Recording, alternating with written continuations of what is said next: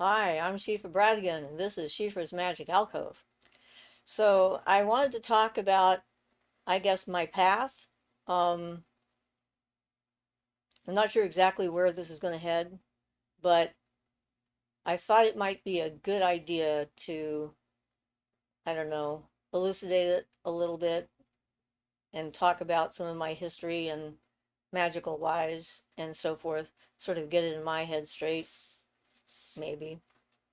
I'm sure that those of you who've been watching my videos for a while will recognize some of the stories in my past and whatnot, but I was thinking about the fact that, well, first, I saw angels and fairies and so forth from a young age.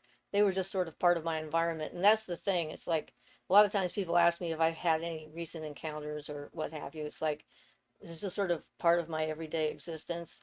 I don't really notice sometimes or think about it. It's just like there, kind of like feeding the crows the peanuts and watching them come on my lawn and eating them, or going outside and smelling the air and whatnot. It's just like it's part of my natural environment. And when I was pretty young, I had voices that would give me exercises of things to do. So I actually started meditational practices on clearing my chakras when I was probably about 6 or 7 years old, I think. I think that's about the time I remember the voices starting to come. And yeah, it must be because when I was 6 and I was assaulted by my uncle, I woke up to it and the voice was there then. And the voice told me that it was a bad place to be awake and to go back to sleep. So that was when I was 6. So I definitely had the voices at the age of 6. And every night when I would go to bed, um, the voices or the voice or whatever would come and would tell me to move my awareness. Didn't use those words, but to move myself like into my tailbone and then slowly go up my entire spine, one spot at a time, and just to feel it and to sit there and to move up. Now I know that those were my chakras that they were having me clear out or beginning to clear out. It was just an automatic thing that I knew how to do. And there have been a lot of things in my early development that I just knew how to do. I knew how to make spirits go away and leave me alone. I recognized my natural authority. I knew I had free will and that my will was an important thing to keep me safe when I was attacked by that whatever the heck it was that tried to get into my body that I repelled and made leave. Um, I spent a lot of time meditating as a child, laying out on the grass, laying on rocks, soaking into the stone, connecting with the stone, looking at the clouds, connecting with the sky, connecting with nature, climbing trees, sitting in trees, going in the woods, exploring, being with nature, sitting on a piece of grass, like a just a spot and like a 2 foot area and just watch for hours to see what came through that spot, what insects and animals and so forth came in and what they did in that spot. And I know that that was all part of my training, if you can call it that. But it was. I mean, that was part of me exploring things and the climbing of the trees and sitting there watching people. It was very interesting to watch. I wanted to know what people were like when they did not know anyone was watching. I was trying to gather information. The choosing of my cat and my dog as my teachers to try and understand how to behave. It's like I needed to understand like what is a boundary. My cat helped to teach me that. And it's like all of these things are not the usual kind of things that happen to most people when they're children, I don't think. And of course, remembering at least 2 past lives right from the start. Always knew I'd been here before. Never had any doubt that reincarnation was real. I don't believe in it. It doesn't require belief. I know it in my bones. It's just real. It's just a fact of existence. Because I was born remembering being somewhere else, more than one place. It was definitely lots of confusion on my part with the people and so forth, but as far as the magical training aspect went. And so then in high school, like in the ninth grade, I started learning the tarot. And the tarot taught me all kinds of magical symbolism, planetary, connections and stuff like that. It was just all there in the cards. And so I absorbed all that. And I did things before I knew what I was, before I knew that other people were like me, before I knew that there were books on the subject. I mean, my early books, I did have some. I read Sybil Leek's Diary of a Witch. I read Bonowitz's Real Magic. I read ancient books on, magicians, uh, a lot, anything I could get my hands on, although most of them seemed to be wrong. They seemed to be like the least accurate. I mean, I would read a passage of what witches supposedly did and would say, no, that's not the way it was. That's not what we did. That's wrong. We didn't do that. So I had that sense of knowing what was and wasn't true when it came to this path. Then I had people who needed help. And my ability to do things is very dependent upon what people need help with. Um, I started doing like hands-on touching healing work around the age of 4. And the first people I worked on, of course, were my family. So I was learning energy work and healing, natural healing ability and so forth, right, right out of the gate, as it were, pretty much my nature, if we want to call it that. And I had like a friend of my mother's was attacked by a bee in her apartment. She lived on like the 30th floor of a high rise and has no idea how a bee got in there. And it actually backed into her ear and stung her eardrum. And she thought that Satan was trying to kill her, which is a pretty common assumption people have if something weird happens. I think she was Catholic. I'm not sure though, can't remember exactly. And she asked me for help, and I knew how to make her apartment invisible to the other side, to everyone. So I was able to cast, I guess, what Ian would call an Akashic shield. I made it invisible in the Akasha so that no one could see it. And while I was doing it, I also reasoned that if it was just invisible in the middle of a building, it would kind of stand out. And so I set up psychic mirrors, mental mirrors, in all the directions. So I reflected the things that were in the apartments next door, below, above, on either side, so that if anyone actually looked, it wouldn't seem empty. It would seem like it was there, even though they couldn't see it, the part, the her and what I was hiding. I just knew how to do that, and I did it.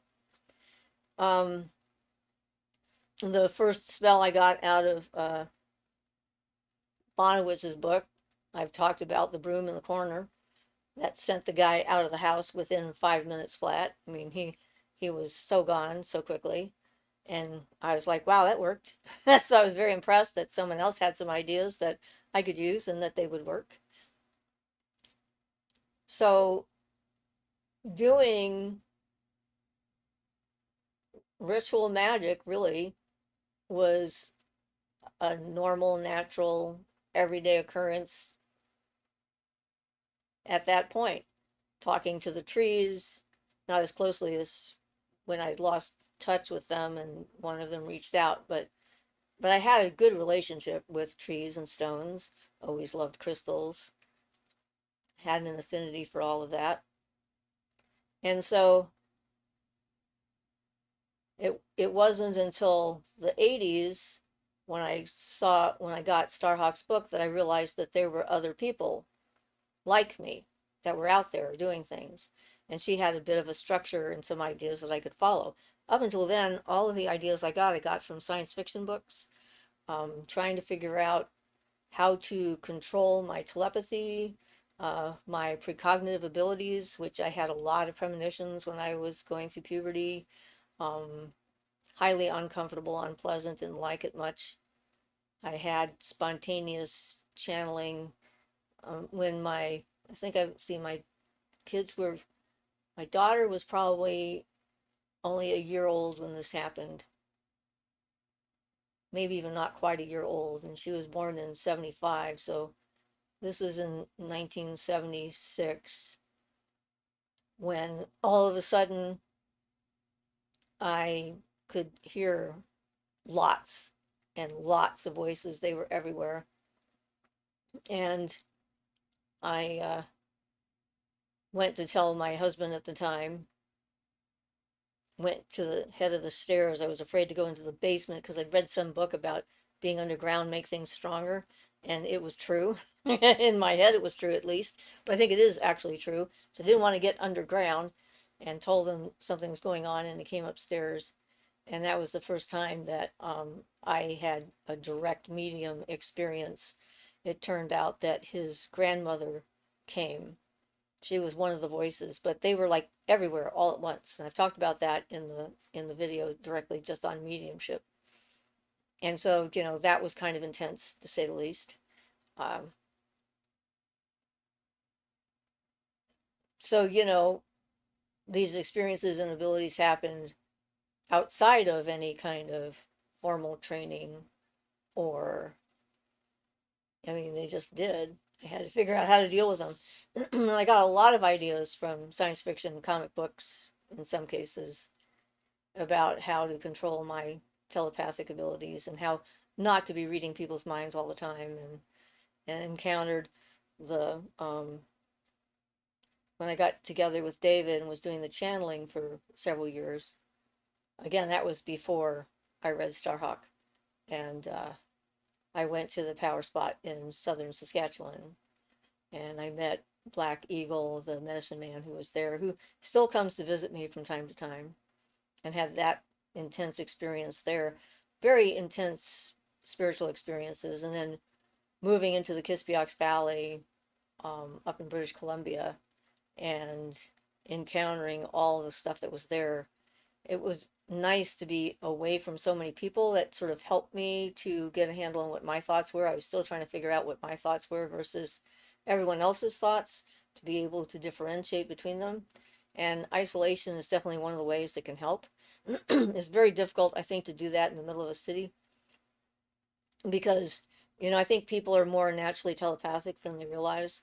And for someone who's extremely sensitive and has that kind of a gift, it can be overwhelming and very confusing to try and figure out what's happening, what's going on, and how to control it.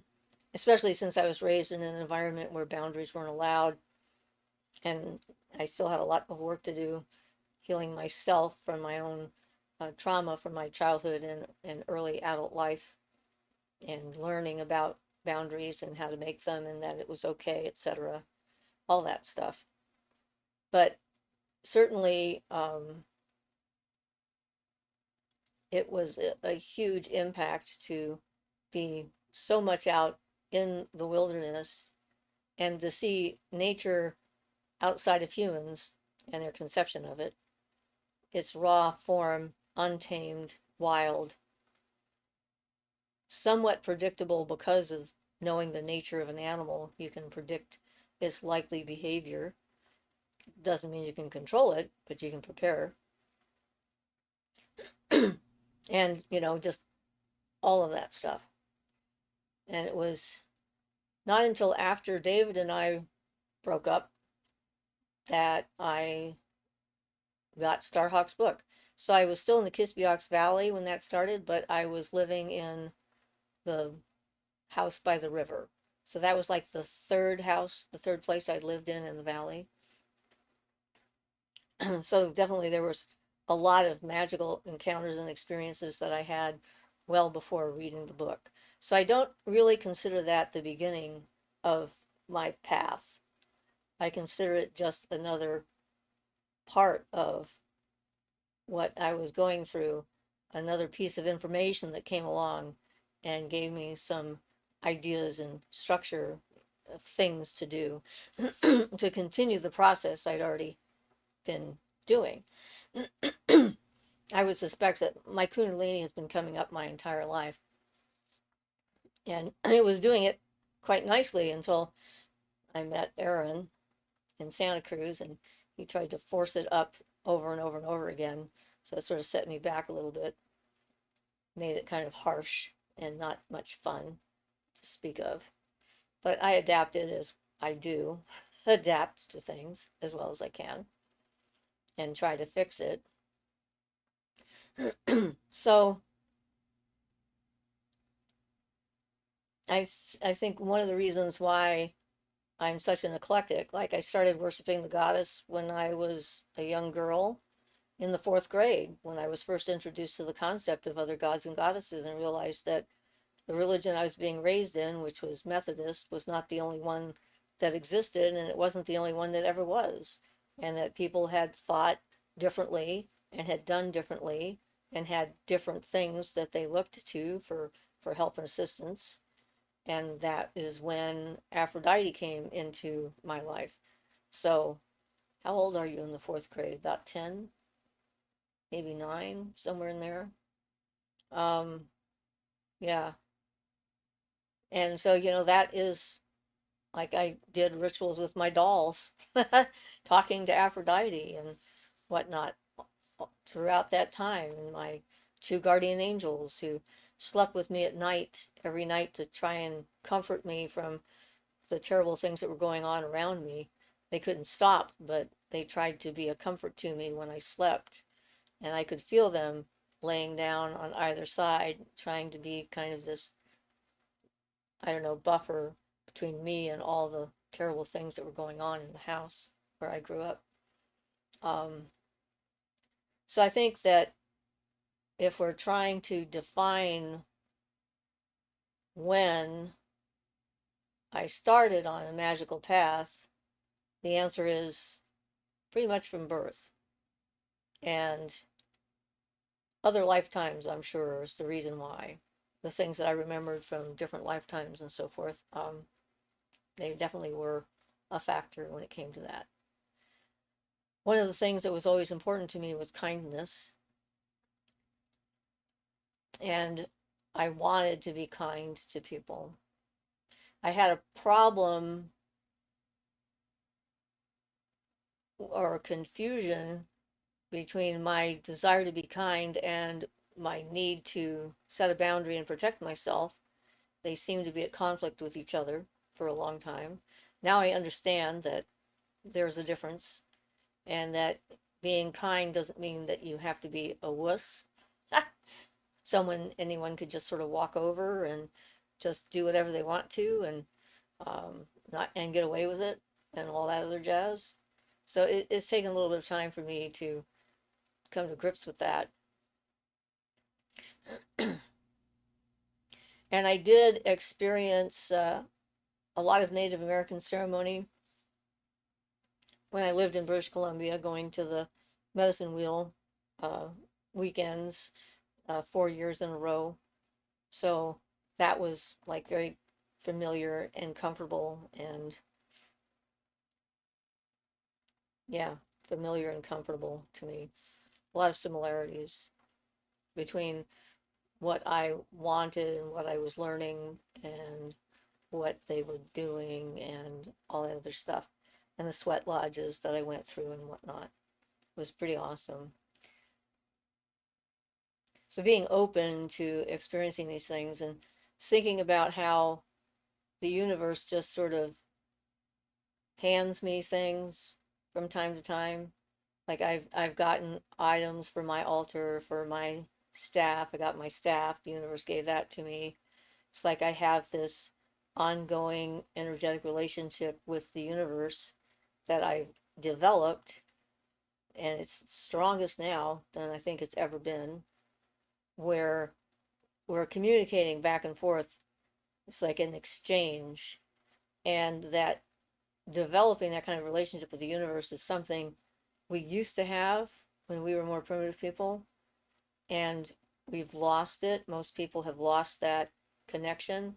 We've been separated from it artificially, living too close to each other, too much in cities, getting too involved in our intellect and ideas and so forth, getting distracted by whatever else is going on in our life, to be able to take the time to sit and just breathe and feel the life around us, life force, life energy everywhere, always available, never missing. It's us who are the ones that have been disconnected. A lot of people wonder, why can't I talk to my guardian angel, or I can't talk to spirits? Why can't I do that? And or hear them? And the thing is that when it comes to the spirit world itself, they're always reaching out. They're always trying to make a connection and trying to communicate with us. It's our end that's blocked. And so we're the ones who need to work on opening up and allowing it to come in. Fears of being controlled by something outside of ourselves, fears of making mistakes. There's all kinds of reasons why people block themselves.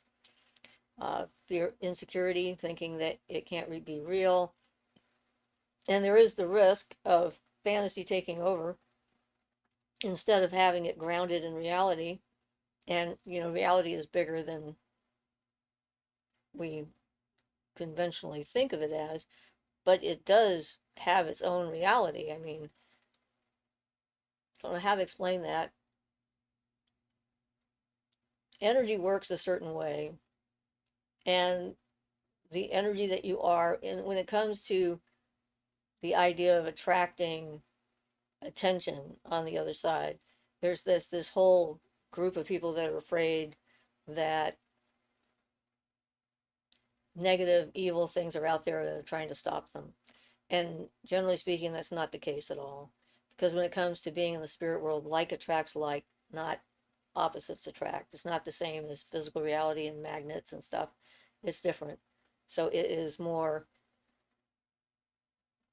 the vibrational frequency that you generate is going to put you in a certain place, a certain vibration that's going to match the vibration that you are. And so the more you can allow yourself to open up and, I guess, raise your vibrational rate, but not in a weird sense. It's more not rising so much as opening, and allowing in. It'd be a better way of expressing that, I think, because it's like the connections between everything. All life is connected, and getting back to that connection helps us to see our path. Then we can see the energies, we can see the river that's flowing in the opposite direction and not go that way. We can feel when something's trying to tell us to stay home today because something is going to happen in the neighborhood, or to take a different route home. We can access that intuition and start to trust it and test it. I mean, any time in my life that I've had a strong intuition and have ignored it, bad things have happened. I've learned over the years that following my intuition is number one. If I get this kind of feeling, it's like, okay, follow that, because that means that there's something there, either something I need to work on in myself, or something that's going to be bad for me and kind of block my progress. And every path is different because of that. That's the thing. It's like there isn't just one path, one way. Everything is connected. And so it doesn't matter where you are, where you start, how much experience you have, whether you can do things or not. What matters is that reaching out and wanting to embrace and connect with the universe, with life, that life energy, life force, and not isolate yourself in your own mind. I think that's part of how we achieve stillness, quietness in the mind, is if we're open to receiving other things and we become less absorbed or obsessed with our own thoughts, if we're opening and reaching out. Anyway, I find it interesting, all the different things that I've done, including, I mean, this is an interesting one too. When I was young, my mother did a lot of knitting. She was into that. And she had this box of yarn that eventually would end up being a giant clump of knots. The whole thing was just a giant ball of knots. It's like all these different colors together. And one day I was inspired to take out this box of yarn and sit there and untie it all and put it all back together. And I did. And I learned a lot about patience.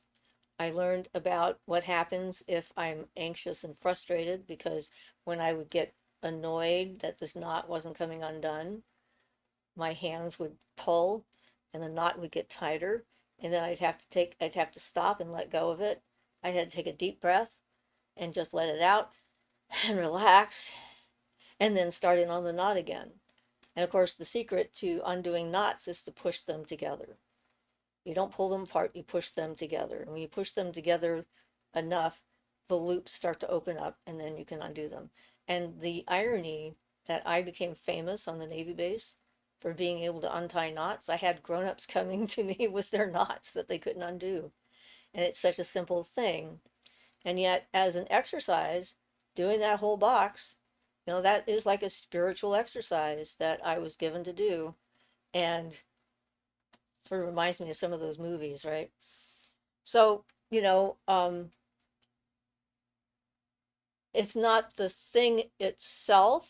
Like, I wouldn't tell everybody they need to go find someone who is a knitter and has a giant knotted ball of stuff and go undo it.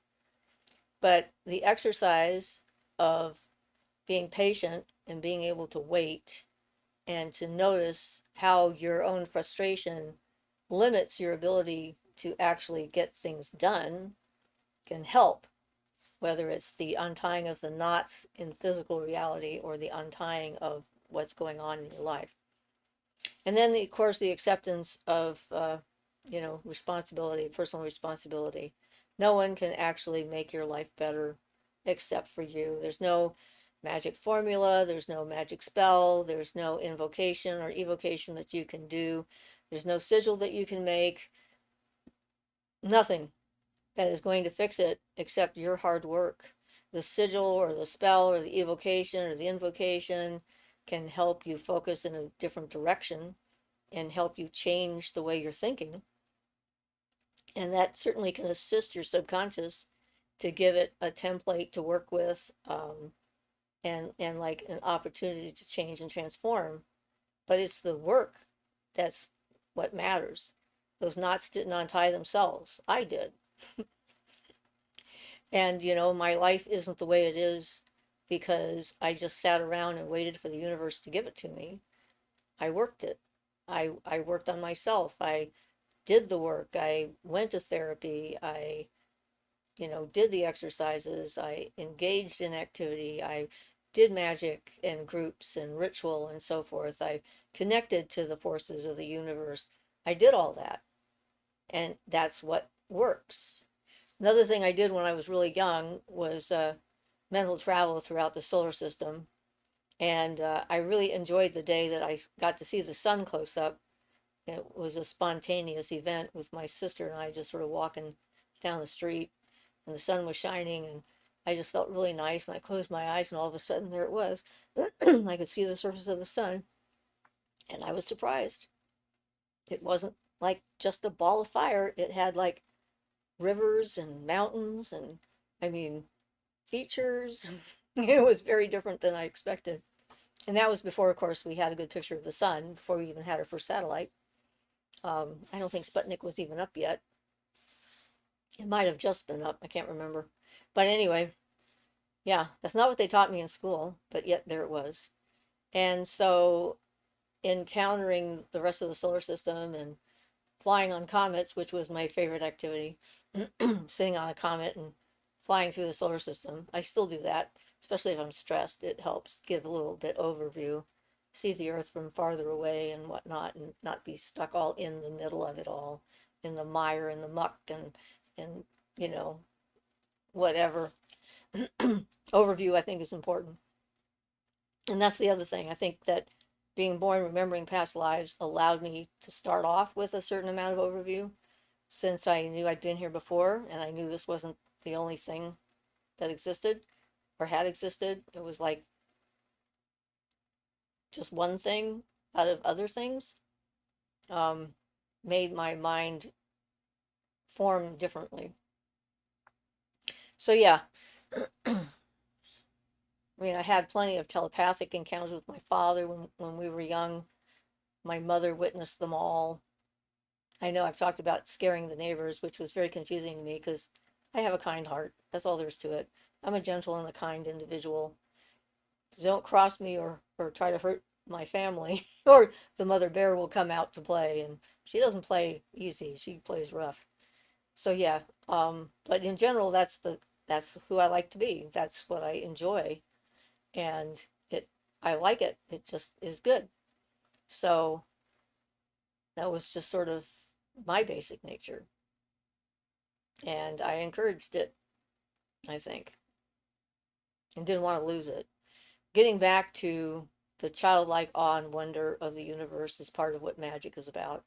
That's where the magic and the power really comes from, is from that part of you that when you were little and you went outside and you laid on the grass and you watched the clouds and saw different shapes and pictures in them, you watched the birds that were flying, you smelled the air and the breeze, you felt the heartbeat of the planet, and you didn't worry and wonder if it was real because it was there. And I think that it's that awe and wonder of the child within that allows us to access the universe, the magic, the power, the stream, the energy, the life force, and that becoming more childlike and not judging our child self is important. So, anyway, that's probably enough on my bit of a path. Some of the things that I did, there's always more. But I thought it'd be good to talk about because we get too many definitions of when things start and so forth, I think. And yeah, boxes. I like to break out of boxes. Knots. I like to untie them, make them straight, and then roll them back up in a ball so you can use them again. So I hope everybody is finding time to connect, connecting to the earth, to the mother, to the sky, to the moon, to whatever, to the air, to the breath. And remember that you are part of this entire ecosystem and it is a part of you. The entire universe is in you and a part of you. And you are actually made out of star stuff, because without those exploding stars out there, there'd be no Earth and no you. So it's a pretty miraculous thing that we exist at all. Embrace it.